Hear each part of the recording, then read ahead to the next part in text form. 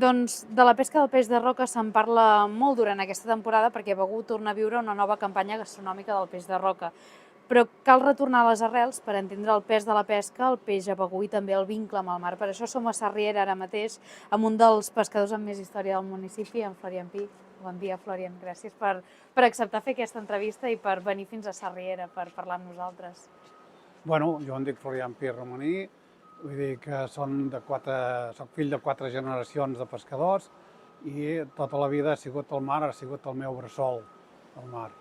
I ara ha canviat molt el mar, la zona és a dir, la pesca ha canviat molt perquè avui en dia hi ha molta modernitat, però antigament es pescava, anava a pescar a la vela. Jo no ho he aconseguit, però el meu pare ho ha aconseguit d'anar a pescar amb vela, que els motors abans també fallaven molt, ara no, ara tots són motors molt moderns i avui en dia per anar a pescar és més segur, però encara que sigui segur, el que passa que cada vegada hi ha menys peix.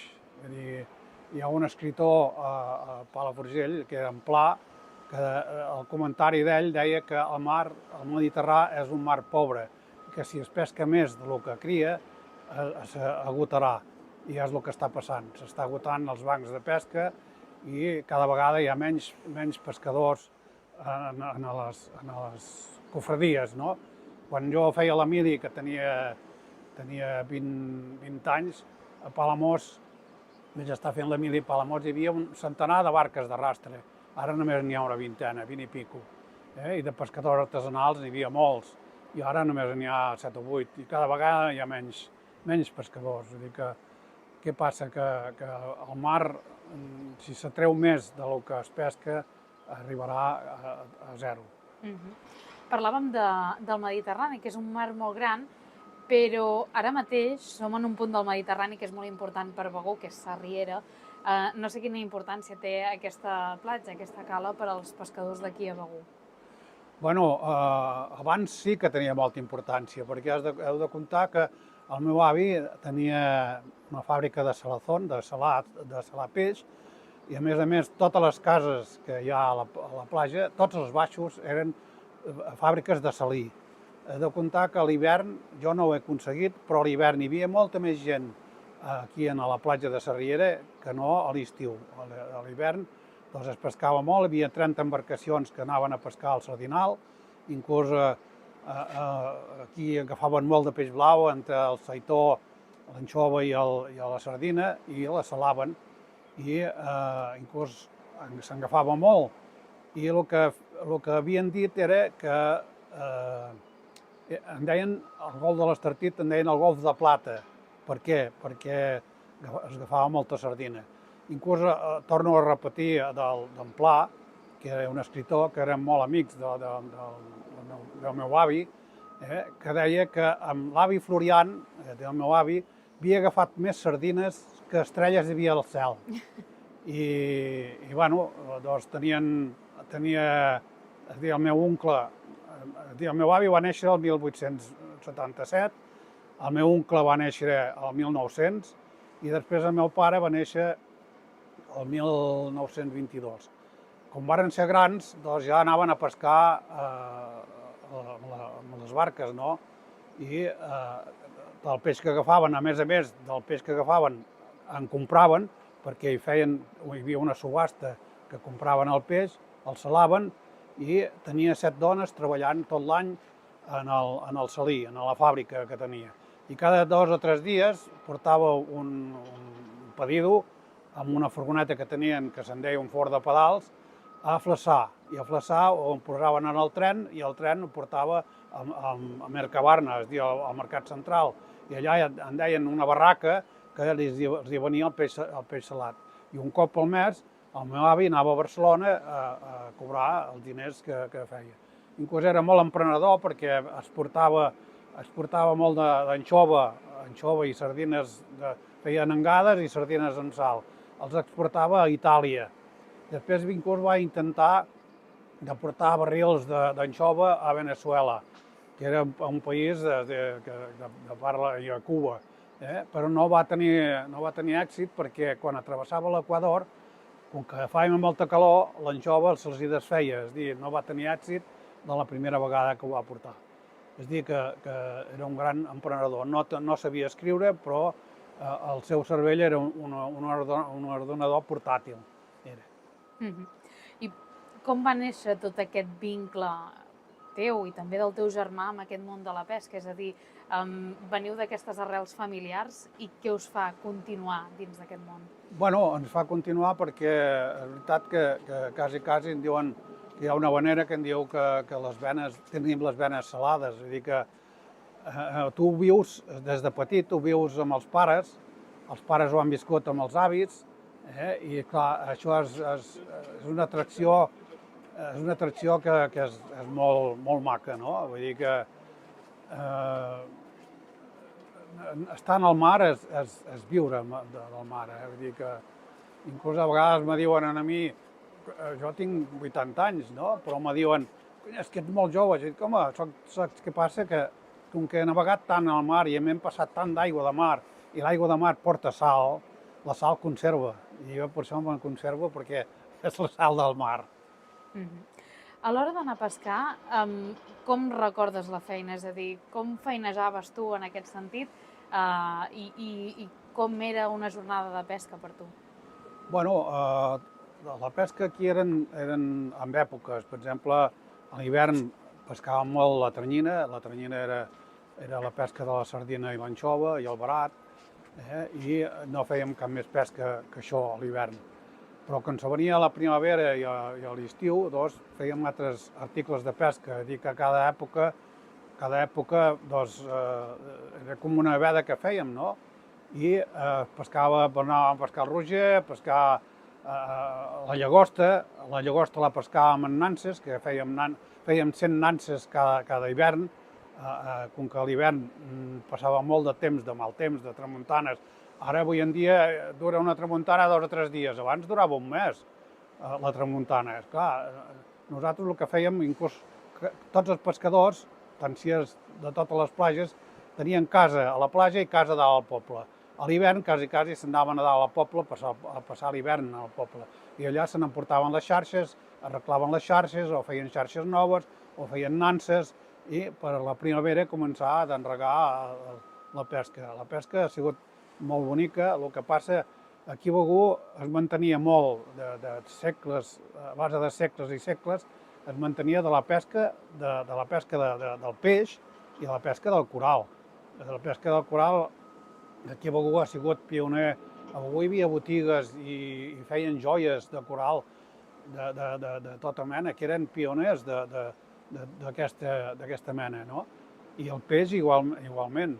Vull dir, aquí amb les tranyines cada dia portaven de 5 a 6 caixes, me refereixo a caixes de fusta de 30 quilos, de 5 o 6 caixes de peix cada dia a dalt al poble. I es venia tot. I avui en dia porten un caixó de 5 o 6 quilos i tenen treballs de vendre-ho. Vull dir, la gent abans estaven acostumats que el peix blau anava molt barat i la gent havien de menjar, no? I era el que era més barat, no?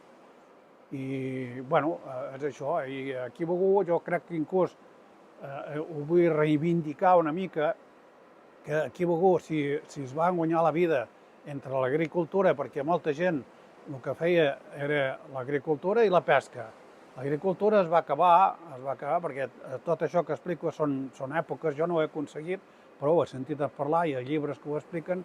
Quan es va acabar l'agricultura, que no hi havia un pam aquí a Begur, que no hi hagués un cep plantat, és a dir, hi havia vinya. Tot el terme municipal eren vinyes i oliveres. I la gent cultivaven la vinya, els seus hortets que hi havia, allà on hi havia un manantial, i després anaven a pescar. I es dedicaven a la pesca i a l'agricultura. És a dir, molts de segles, bastants de segles, vull dir que del meu record, molts de segles i segles. Doncs després, jo crec que aquí a Begur s'hi hauria de fer un petit museu per record d'aquella època de la pesca. Era un petit museu, de xarxes i algunes nanses, i inclús has d'explicar una mica la història de la pesca que hi havia hagut abans. Perquè, clar, aquí a Begur, quan se va acabar la filoxera, doncs la gent van muntar unes fàbriques de suro aquí a dalt a Begur i la gent treballava el suro. Però després va venir la Guerra Civil i a la Guerra Civil es van cremar les fàbriques. Diuen ara dels emigrants. Tota la vida n'hi ha hagut d'emigrants. Aquí hi va haver els emigrants que van venir d'Andalusia, per això jo estic casat amb una andalusa. Doncs llavors molts d'emigrants van anar a l'Amèrica o a França, van emigrar a tot el món, van emigrar. I bueno, perquè clar, un quan no té res per menjar ha de buscar el seu que viure, no? I aquesta és una mica la història d'aquí de Begur, i d'això ja t'he dit que hauria de ser una mica de record d'aquella època, perquè ara avui en dia, doncs sí, després va venir el turisme, als anys 60 i pico va venir el turisme i a partir de llavors, doncs mira, ja ho veieu, tots són xalets i tots són... I Begur ara s'alimenta del turisme, no s'alimenta de res més, de l'obra, de les obres que fan i del turisme. Parlàvem una mica de tot aquest món del corall, però m'agradaria centrar-me una mica més en la pesca. I és que hi ha molts tipus de pesca. Concretament aquí al municipi, quin tipus de pesca es feia? A què es dedicaven els pescadors? Parlem ara de la campanya gastronòmica del peix de roca. Esclar, quin era el tipus de pesca que més es feia en aquesta zona? Bueno, de la primavera fins al setembre es feia una pesca artesanal, que se'n deia, no la pesca industrial. La pesca artesanal, que eren a base del tresmall o el palangre. El tresmall era agafar peix de roca. El peix de roca, que era escorpres, rascasses, algun dèntol, després anaven a palangre. Cada pescador tenia el seu sistema de pescar. Aquí a Sarriera hi havia 4 o 5 pescadors, a cada platja hi havia 4 o 5 pescadors i tots tenien el seu sistema de pesca i les seues èpoques. Per exemple, hi havia l'època d'anar a pescar el roger, hi havia l'època d'anar a pescar el pagell i què passava? Que quasi des del terme municipal de Begur els pescadors feien com unes vedes naturals. Naturals per què? Perquè no hi havia cap pescador, per exemple, de Palamós, que era un puesto de pesca, cada un tenia les seues zones i un pescador de Palamós no es podia desplaçar fins aquí a Sarriera perquè els motors que portaven estaven 4, 5 i 6 hores navegant des de Palamós aquí. I no els valia la pena, perquè quan arribaven aquí és de comptar que si tiraven, a més, del Cap de Begur cap aquí, és molt martiritzat dels vents del nord, de la tramuntana. Aquí nosaltres, esclar, quasi eren unes vedes naturals. És a dir, a vegades passava un mes de mal temps. Doncs, clar, aquest mes de mal temps era com una veda. El dia que sorties, recompensaves el temps que no havies anat a pescar perquè carregaves de peix. És a dir, no agotaves els bancs, no els agotaves i aquest era el sistema. Després a l'hivern, cada platja tenia també la pesca de la sardina o anxova o el barat. I anaven amb el Petromax, amb el llum, i cremaven i bromejaven el peix, tiraven la xarxa i després el portaven a la platja i a la platja venien els camions a carregar el peix i el portaven a vendre a Palamós, o Sant Feliu o a Roses, o a l'Escala. Però abans d'això hi havia la pesca del sardinal, però la pesca del sardinal quasi te vaig a dir que es va perdre perquè va venir la pesca de l'encesa i la pesca de la tranyina. Com que es agafava més quantitat de peix, havien de venir camions per traginar-lo, perquè amb la pesca del sardinal quasi tot es quedava aquí a la platja per salar i cada un tenia el seu sistema de portar el peix salat no sé, allà on fos, no? Jo t'explico tot el meu avi perquè és la història de casa, no? De les 4 generacions. Clar, tot aquest procés de salar, quan arribava el peix, com ho fèieu per aconseguir el producte que finalment arribava a les cases de la gent que volia aquest peix salat? Bueno, és a dir, tenien una espècie de magatzems que tenien els seus dipòsits, que se'n deien alagars, plens d'aigua. És a dir, n'hi havia 5 o 6 o 8 o 10, n'hi havia plens d'aigua. Què passava? Que posaven un cistell ple de sal, amb una corda i el posaven a dins de l'aigua. per saber quan l'aigua estava a punt per posar-hi les sardines, havien de posar o un ou o una patata, i quan la patata surava, és a dir, vulgarment se'n diu flotar, quan flotava, l'aigua estava a punt. Treien el cistell i tombaven la sardina en allà. I aquesta sardina servia per fer anengades. I els hi deixaven 3-4 dies. Després els posaven amb uns recipients rodons i els anaven posant així com amb espiral, és a dir, amb rodona, però que la panxa, és a dir, que l'esquena posés a la panxa de la sardina i anar fent la cua cap a dins, el cap a la rodona i d'això, i a baix hi posaven un paper d'estrassa. Feien una capa i un altre paper d'estrassa a sobre. Després hi posaven una fusta i tenien un torn i cada dia una rosca més, és a dir, una rosca. I això era la típica anengada. Després tenien uns queixonets de fusta que la sardina fresca l'enterraven de sal i tapaven, i això era quasi semifresca, no? Tenia 2 o 3 dies i aquesta també a la gent els agradava molt, no era tan forta com l'anengada. I l'anxova, doncs, què passa? Que quan portaven l'anxova tenien les dones que anaven escaparrant és treure-li el cap i salar-lo amb barrils. Tenien uns barrils que havien, no sé, 2 o 3.000 anxoves, també amb capes, és a dir, anaven fent capes, anaven posades bé i d'això, i tapades. I allò durava 3 o 4 mesos. Després d'aquests 3 o 4 mesos, quan veien que l'anxova era ja curada, la tombaven amb una espècie de fusta, i la gent feien els pots. És a dir, els posaven bé, com que ja era salada i d'això, els feien en pots. Ben posades, i amb una mica de sal i suc. I quan arribaven a dalt, avui en dia hi ha aquelles tapes que són de mitja rosca i queden tapat. Abans no era això. Eren pots de vidre igualment, però quan arribava a dalt, què feien? Hi posaven un tap de suro i quedava mig centímetre abans d'arribar a la boca del vidre. I aquest mig centímetre l'emplenaven de ciment ràpid, una espècie de ciment, i ho emplenaven. I després tenien les seves etiquetes. El meu avi tenia etiquetes, inclús com que era de la dictadura d'en Primo de Rivera, eren fetes en castellà, perquè llavors el català no... Hi havia la bandera espanyola i amb català, en castellà. Sardines en salmuerra, o anxoves en salmuerra, d'això, d'en Florian Pi Busquets. I aquesta és una mica la història de com tractaven el peix, no?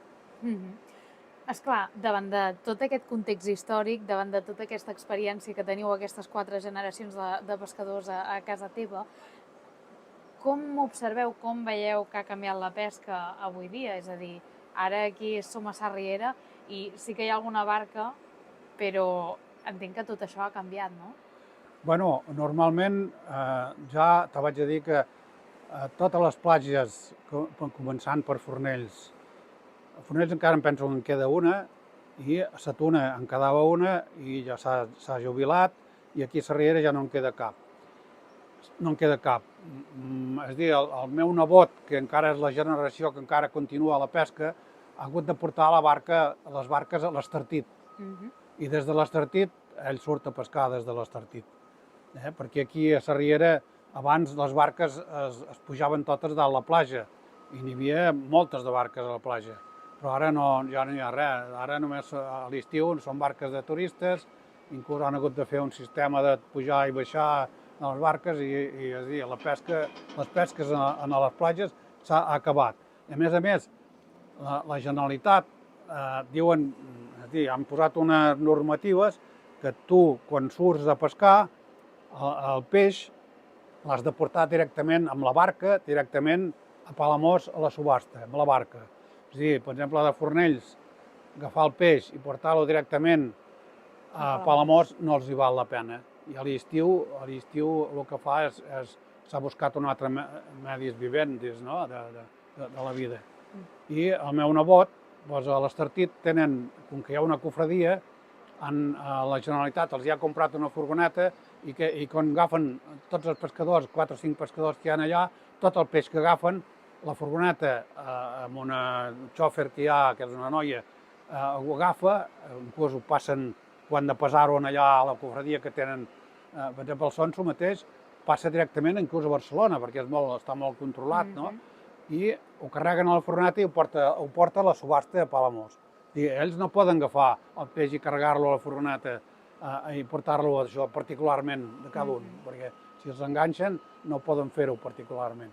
És a dir, ha de ser d'aquesta manera. És a dir, a Tamariu quasi hi ha una família que en diuen el Redondo, que també estan a punt de dir no vull anar a pescar més perquè no els hi val la pena quan van a pescar haver d'anar a Palamós a portar el peix i després tornar a casa ja no guanyen ni per gasoll, no?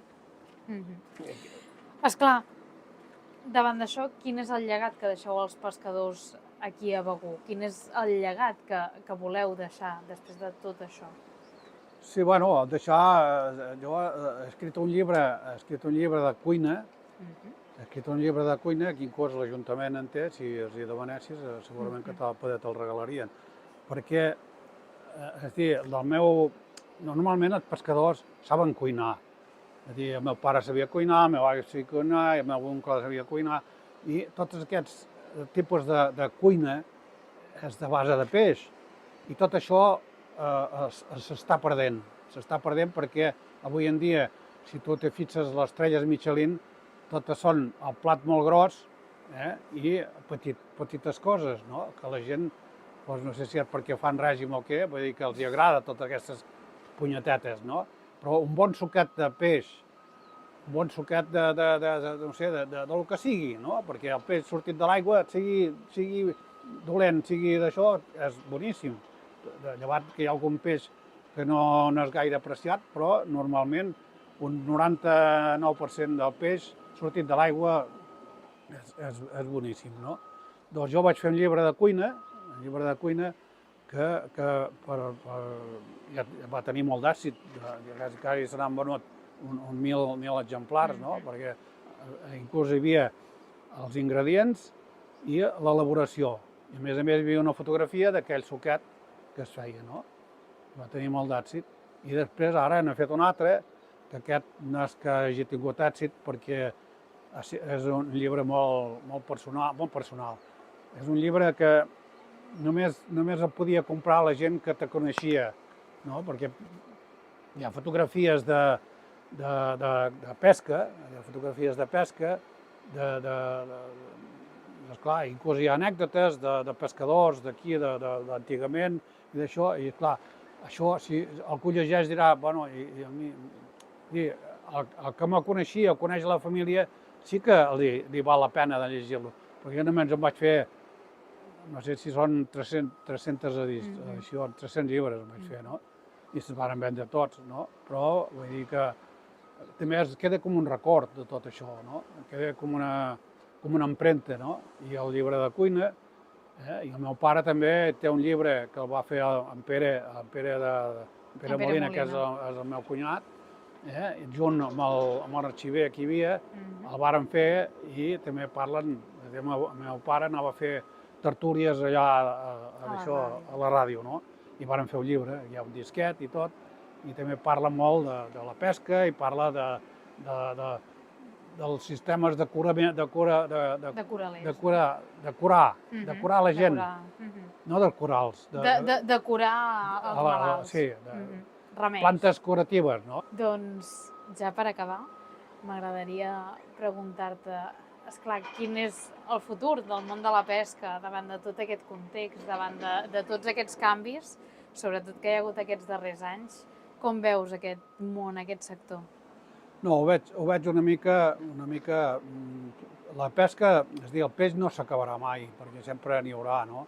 Perquè avui en dia, si se'n donen compte aquests polítics, doncs faran el sistema de vedes, no?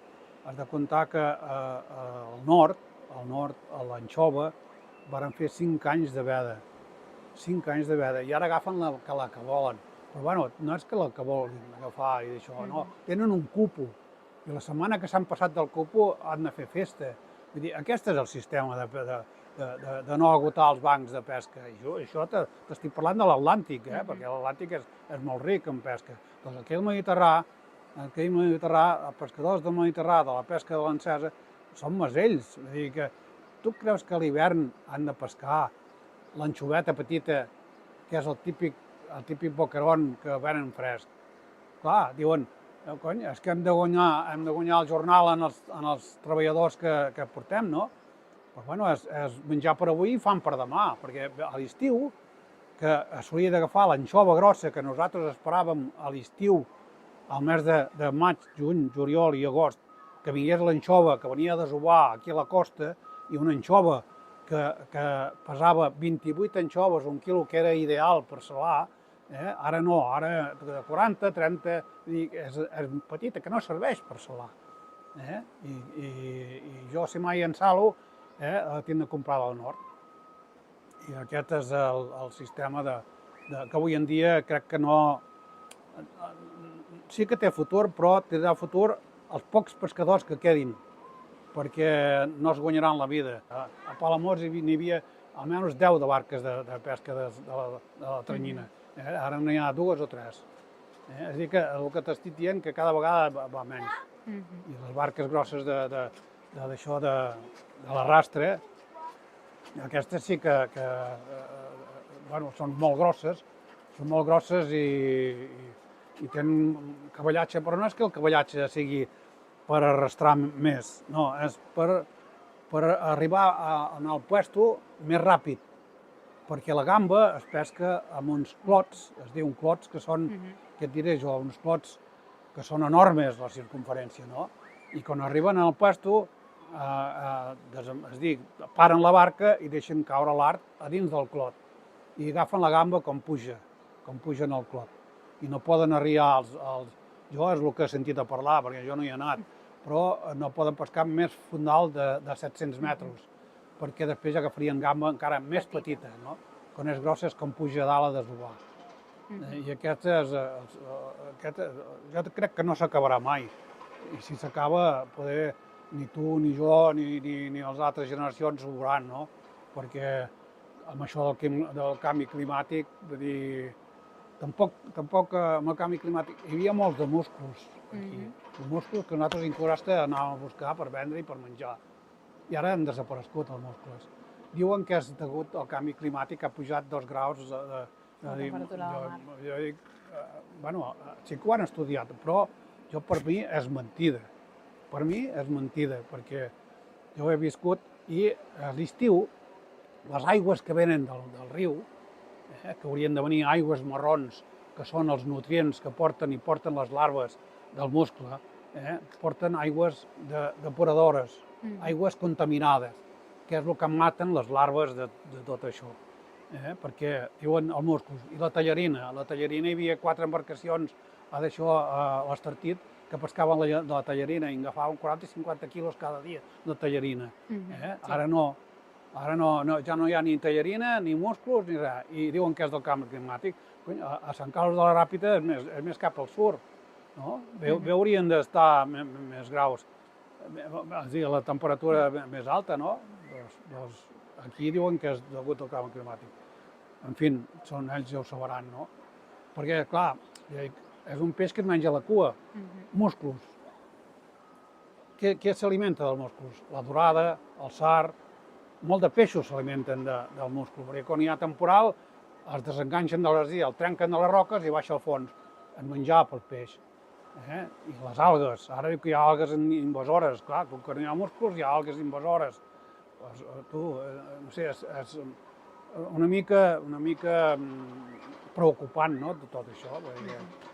En canvi, veus, les boies que hi ha de separació de l'Estartit, en les cadenes s'hi fan musclos. Allà hi ha musclos. Però per què? Perquè és mar oberta i les corrents no arriba la contaminació allà. Jo estic això, perquè allà també hi ha, si deies el canvi climàtic, també els 2 graus que ha pujat més també hi són allà, no? Per dir que, no sé, jo crec que en els estudis no els han fet, més els camps d'arròs, que ara aquí a Pals els camps d'arròs hi posen pesticides. Vull dir que tot això va a mar. I maten el fitoplàncton, el zooplàncton. Això són nutrients que el peix s'alimenta de tot això. Què passa? Que els bancs de sardina i els bancs de seitó van a desovar en les desembocadores dels rius. Per què? Perquè quan neix l'alaví, que és el plàncton, perquè el fitoplàncton és el que s'alimenta, el fitoplàncton i el zooplàncton. És el que s'alimenta tot això, perquè és microscòpic, no? Doncs no troben menjar i es moren. És a dir, la meitat dels ous que fan la sardina i això, què passa? Que es moren i després no hi ha menjar. No hi ha menjar perquè, clar, també el que estic dient, que és un peix que menja la cua, hi ha la tonyina que diu que n'hi ha masses, que es mengen la sardina, que la culpa és de la tonyina. Hi ha els bonitos, hi ha tot això que s'alimenta d'això, del fitoplàncton, i de tot això. Doncs, no sé, per això que a la llarga hauran de fer un pensament de vedes, és el millor que hi ha, que es pot dir això. I aquí crec que no hi ha res més a dir. Doncs ens apuntem a això. Bé, moltíssimes gràcies per acceptar fer aquesta entrevista i, Florian, que vagi molt bé. Gràcies. Vale.